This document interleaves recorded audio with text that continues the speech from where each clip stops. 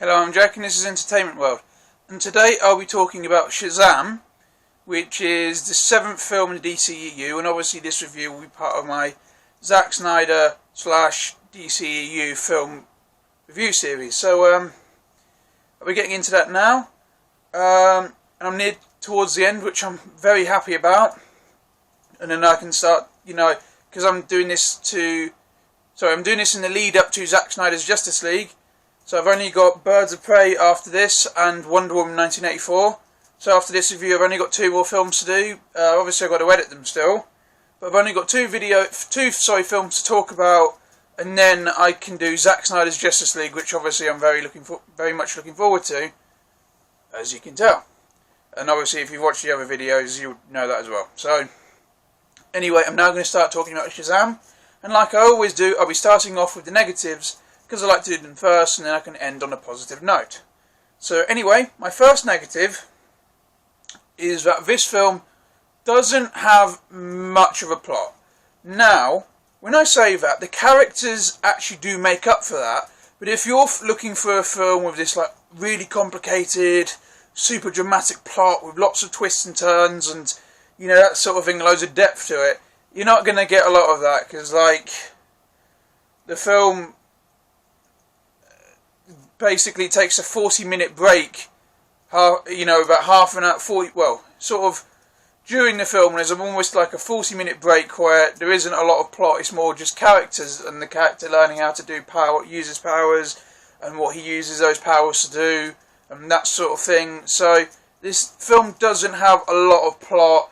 There isn't much depth to it. There aren't a lot of twists and turns. It's pretty straightforward. You sort of get the grasp of the whole concept, within the first 5 minutes of the film. You know how the whole thing's going to sort of play out. No, obviously you don't know how everything plays out, and there are things that happen, but you know what the overall concept is. You know what the villain wants, why the villain will want it, and everything like that within the first 5 minutes. So, yeah, if you're looking for a big plot-driven thing, you'll find this a bit flat. But like I said, it does make up for that in characters. There's a lot of humour in this film, and I suppose that you could also find it a bit too humorous in places. When it's trying to be serious, they still make a few jokes, and that might bother you. To me, it doesn't really bother me, because it's SHAZAM. I'm expecting that in the SHAZAM film. I'm not watching this expecting it to be like The Dark Knight or Man of Steel or Watchmen or anything like that. I know what it's going to be because it's SHAZAM. But if you're just watching this and you like things to be more serious, or you like comedy but when it gets serious you want it to stay serious, that will probably bug you a little bit. And it did bug me in one particular place, and I'll talk about that when I get to a couple of spoiler negatives. I'm not going to talk about that right now, but yeah, that might bother you a little bit. Another little thing is that the DC films to me are pretty well known for their scores. The original Superman film, incredibly famous score. The original Batman films, incredibly famous score. Dark Knight trilogy, incredibly famous score. Man of Steel and Batman v Superman, incredibly famous scores. Wonder Woman, famous score. Aquaman, not famous but still quite a good score. This film doesn't really have a memorable score. I wouldn't really recognise it if I listened to it. There's nothing in it that makes me go, oh yeah, I would want to listen to this if I was working or if I was going for a walk or anything like that. There's no piece of music in this film which makes me want to listen to it by itself. Obviously, it does somewhat to elevate the film or whatever the scene is, be it happy, sad, scary, whatever. But I wouldn't say it's good enough to listen to by itself if you're doing something. It's not that good. It's not that type of score. So I'm just wanted to put that little bit here. It's not like a hugely negative. It's not a bad score. It's just very underwhelming, especially when you compare it to some of the scores that had come previous. Another little thing that I wanted to talk about. The world of SHAZAM is about a foster kid who, in the world of the DC universe, gets superpowers and becomes SHAZAM. And he is basically sort of like what Spider-Man Homecoming was in the MCU. It's like little small character, basically a child in this huge world of massive characters, massive stories, you know, big concept, that sort of thing. And it's like the smaller character in this bigger universe. And it does that part quite well, but I do find it to be a bit too commercial. It comes across as a bit like with the Seven in The Boys, obviously without the sex and the drugs and the violence and all of that stuff, but it's just like you can buy massive Batman toys that are like that big and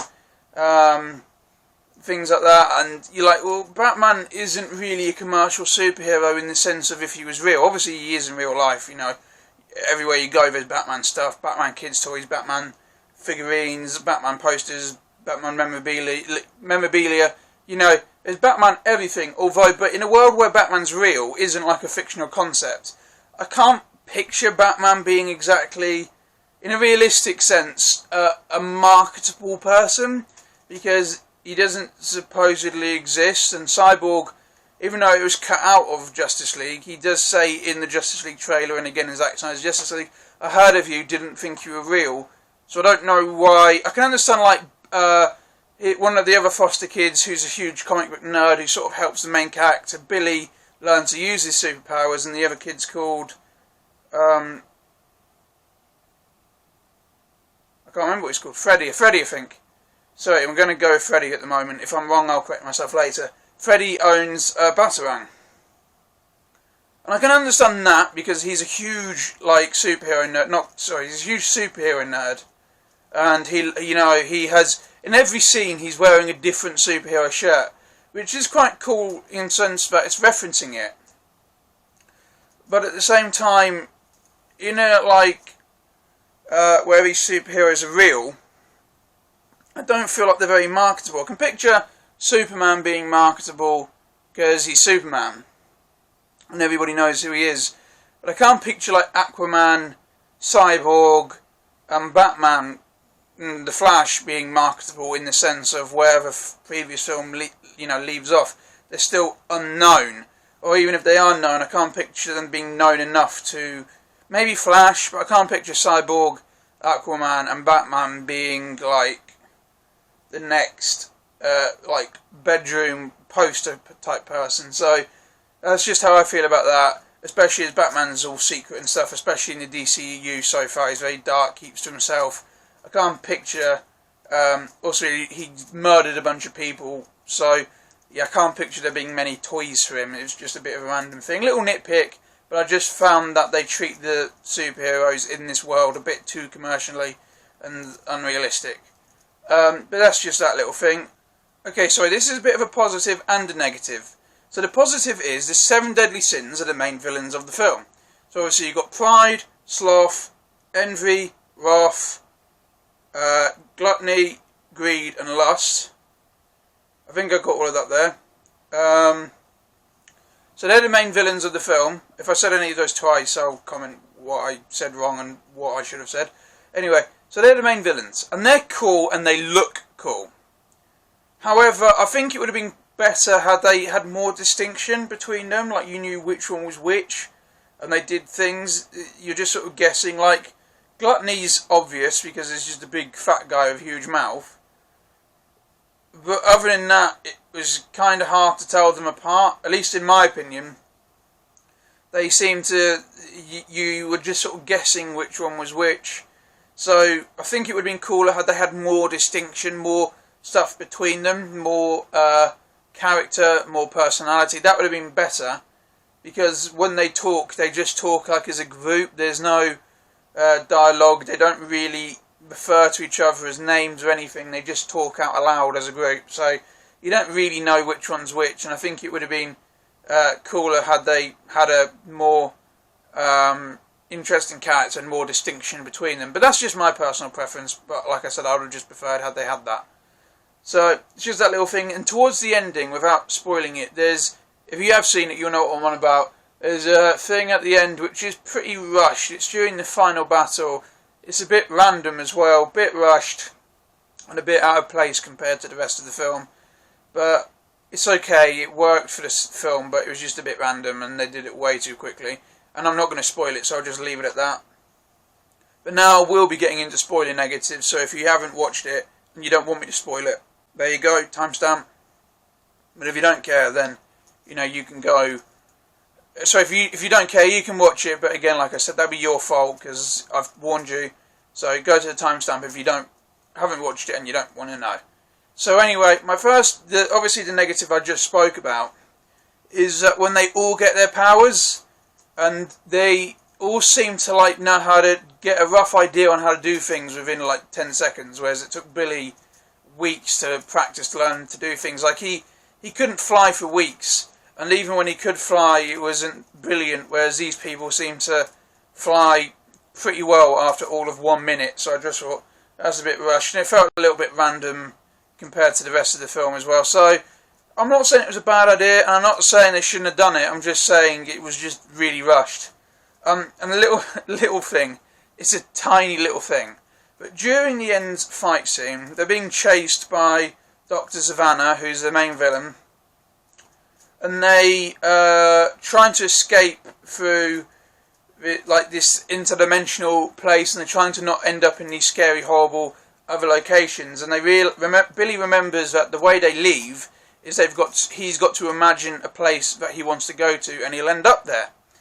And he imagines a strip club, and it's a joke, and it's quite funny that that's the first place he thought of. And in fact, when I watched it in the cinema for the first time, I was like, they're like, you got to imagine somewhere, that's where we'll end up, you got to imagine somewhere, and we'll go there. And I just thought, it's going to be the strip club. I know it's going to. I actually said to the person I was with, I was like, it's going to be a strip club.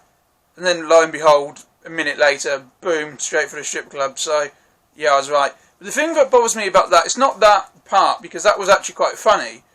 What it was is the little girl that they have, Darla, I think her name is. I can't remember, I'm sorry if I got that wrong. Anyway, she is like, she wants to stay in there because she likes the music. And then when Freddy comes out with glitter, she's like, can I get some glitter? Can I do this? And I was like, dude, you're in a fucking chase. You've just been through an interdimensional location. You've seen all of these horrible things. And this dude's trying to kill you. And all you're worried about is good music and fucking glitter. I know she's a little girl, but I was just like, come on. Even a 7-year-old, or however old she is, would know that this isn't the best time to listen to music.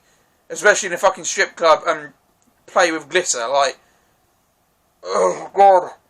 It's just that one joke really pisses me off. I don't like it. It's just fucking stupid. Like I said, even though she's 7 years old, she would have a fucking good idea that maybe it's not the good time to play glitter.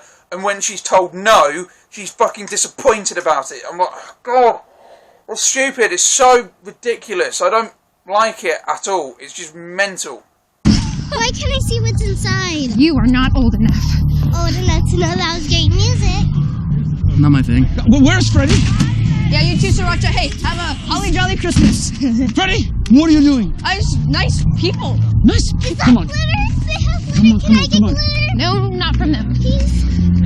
It bothered me. It still bothers me. If I watch it again, it'll bother me again. I don't like it. It's just stupid. Anyway, now I'm done with that little rant there, sorry. I'm now going to go into the positives.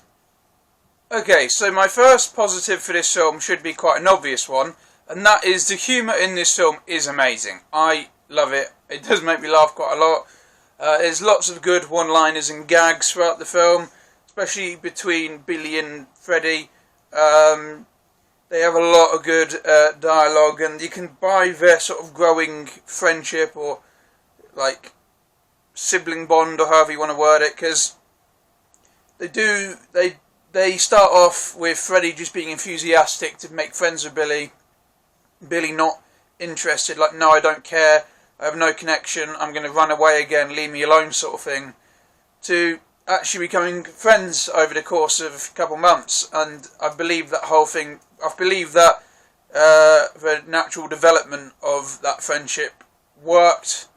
I do believe it, and there's a whole like montage of SHAZAM learning to use his powers, and that's hilarious because they're the types of things you would expect a 14-year-old street kid who doesn't really give a shit about anybody else had he been basically given Superman powers, and that's quite funny. And there's a lot of good little references, and one of my favourite lines is Freddy when he goes, "You're almost as cool as Superman, almost." I just like that. I find the whole thing funny. I do enjoy basically 95% of the jokes. It's not a very serious film. I wouldn't call it an masterpiece, but it's certainly a fun film. And as like a Christmas superhero film, it works. I do love it. And the next positive, going in being a sort of a Christmas film, this film does have a lot of heart, a lot of emotion. I love the whole foster family, foster home dynamic. Brilliant. The adoptive mum and dad are amazing. You buy that they truly care about these children, where they don't need to foster children, but they're willing to do it, they're happy to do it, and it is amazing. I do love it. It's just such a heartwarming film. That's what it is. It's like a heartwarming family film that is also a superhero film. If you have young children, this is like the perfect superhero film to watch with them. So I do recommend it in that instance. It does have a lot of heart, a lot of good moments. Like I said, I buy their entire relationship and that dynamic going on. And there are some sad moments. Well, not like sad, like sobbing moments, but moments where it makes you a bit emotional. So it is good. I do really enjoy that aspect of it. Although there are some risky jokes as well, which I thought were quite funny. That's sort of what it's like. It's on the cusp of still children friendly because they're children, but they're getting older, so they do things that 14-year-olds would do, like trying to get into a strip club or trying to buy alcohol or trying to do that sort of thing.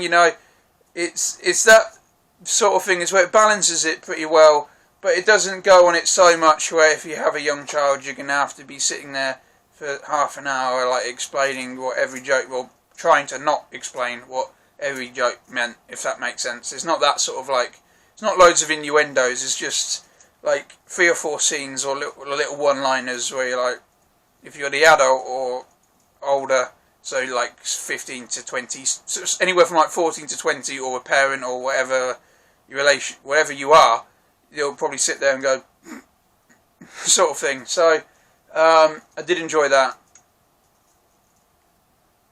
And sort of talking about risky things actually as well. This film does, I know I promoted it as a good heart-filled family film, which it is, but it also does have a few surprisingly scary moments, and I like that in a children's film, because even though it's for children, I'm not saying you'd want to give them nightmares and make them cry. I mean, it is a 12, so it's not like a PG or a U.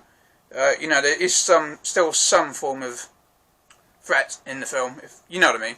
But I like it when the villains are still intimidating. Villains shouldn't be funny. They should be. You should know they're the villain. A villain can be sort of funny, but you should still feel that they're the threat of the film. They're the problem. They're not another main character. They're not just in it so the film has something to do. They should still have a presence. And this film with Dr. Savannah, played brilliantly by Mark Strong, and the 7 Deadly Sins, does have a good evil threat, does have a good sinister setup, and a good thing for the hero to fight. So I did like that. I have a few scary moments, and is actually one pretty, well, not scary to me. I don't go to bed. I don't go to bed having nightmares over it, but there is a scary, scary compared to the rest of the film scene with the 7 Deadly Sins where they attack a room full of people. But for me, I think that works because, like I said, it just shows the threat of the whole thing.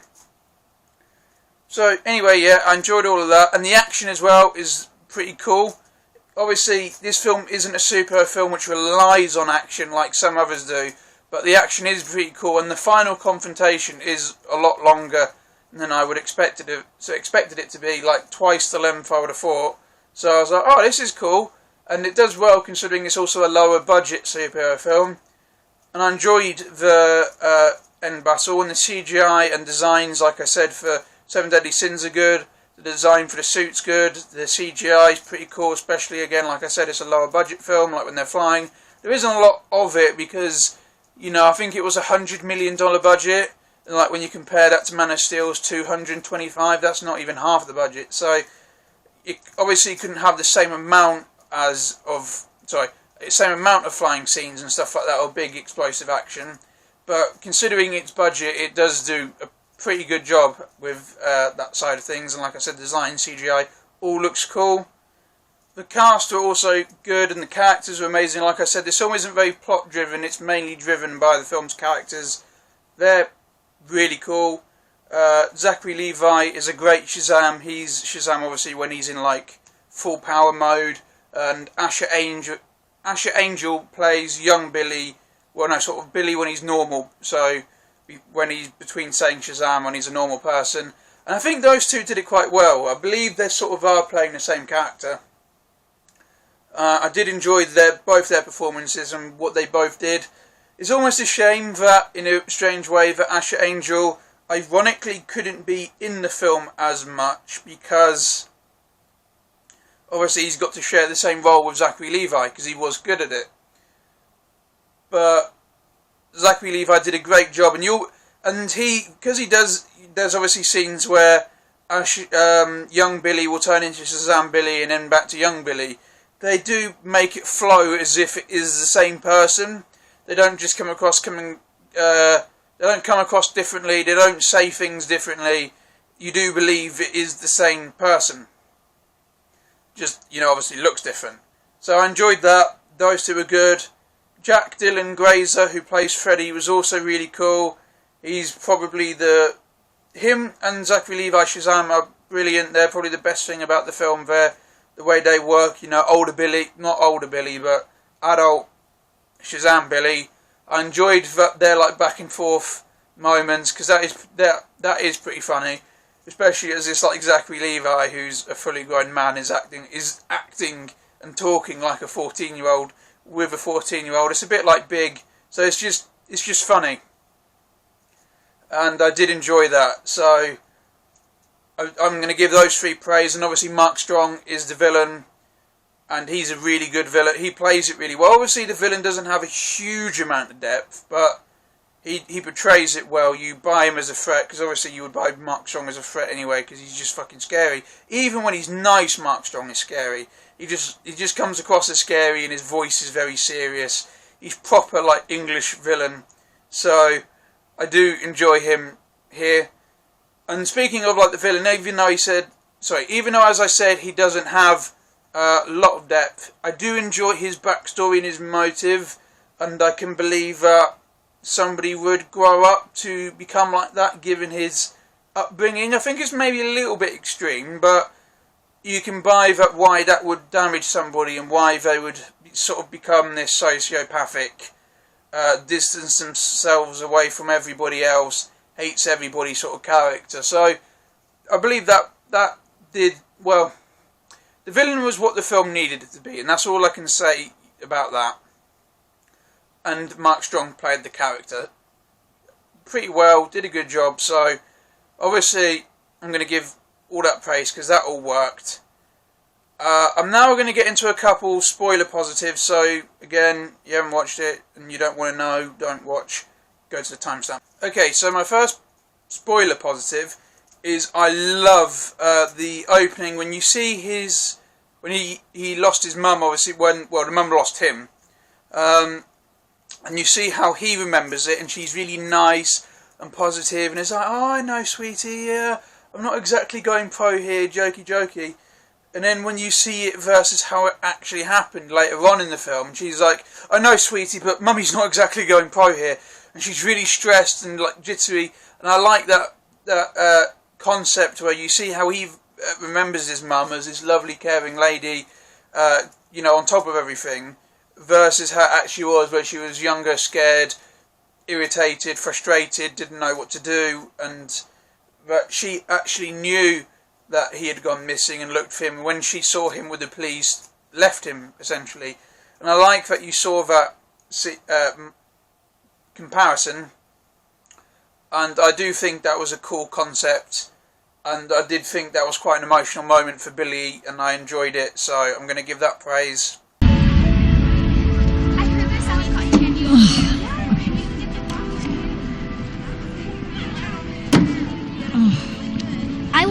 tiger. I know, honey, I know, but Mom's not exactly going pro here.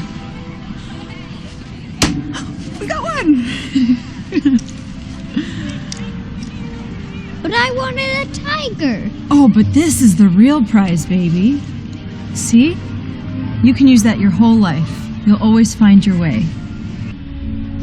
And I was hurting, and I was screwed up. I want the tiger. I know, honey, but Mom's not exactly going pro here, okay? And I also like how they defeated the villain. You know, when they realised that if the 7 deadly sins leave his body, he gets weaker and weaker. So I thought, oh, that's a cool weakness. And I love the last bit where he winds him up by getting envy to come out. So it just makes him a normal human being. And I thought that was a cool idea. Good way to defeat him. I really enjoyed that. So this is like the 7 deadly sins, right?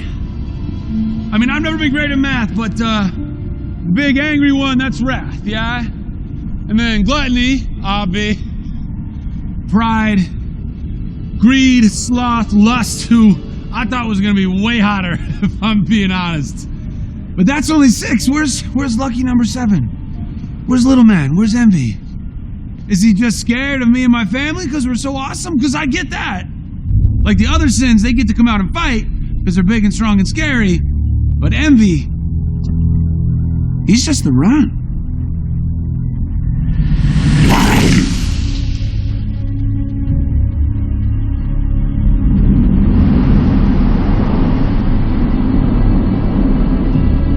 And that's why all the other sins never invite him out to play, man. Because they all know who'd win.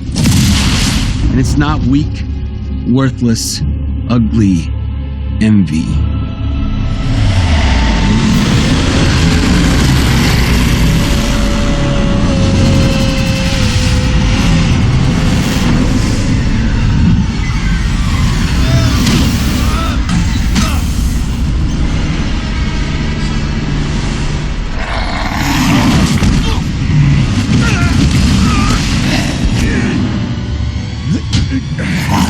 Gotcha.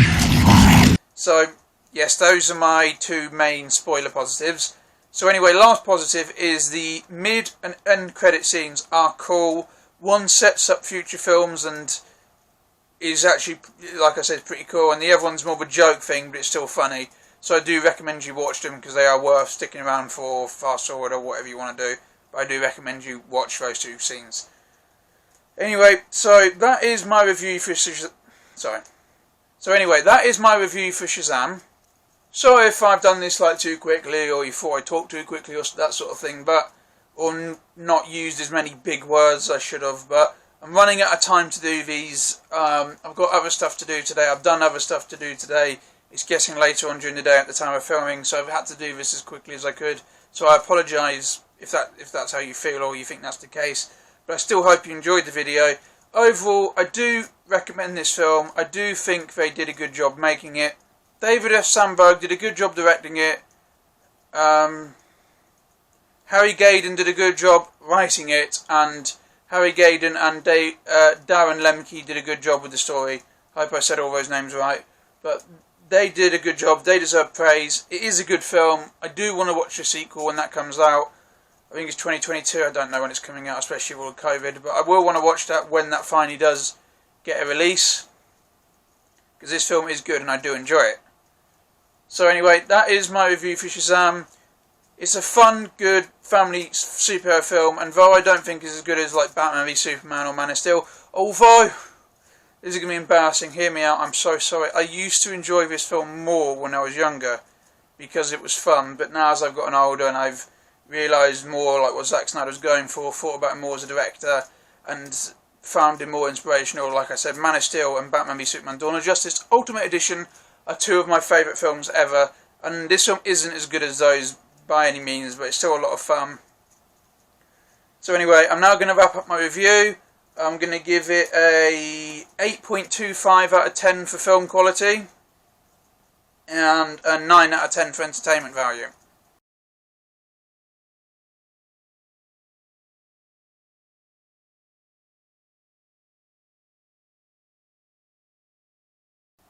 It is a fun film. If you have kids, they'll love it.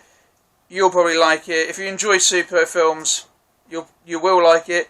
It is more Marvel-y like the others. I still think it's more risky in its sense of humour, and it certainly isn't the same sort of thing, but it is more.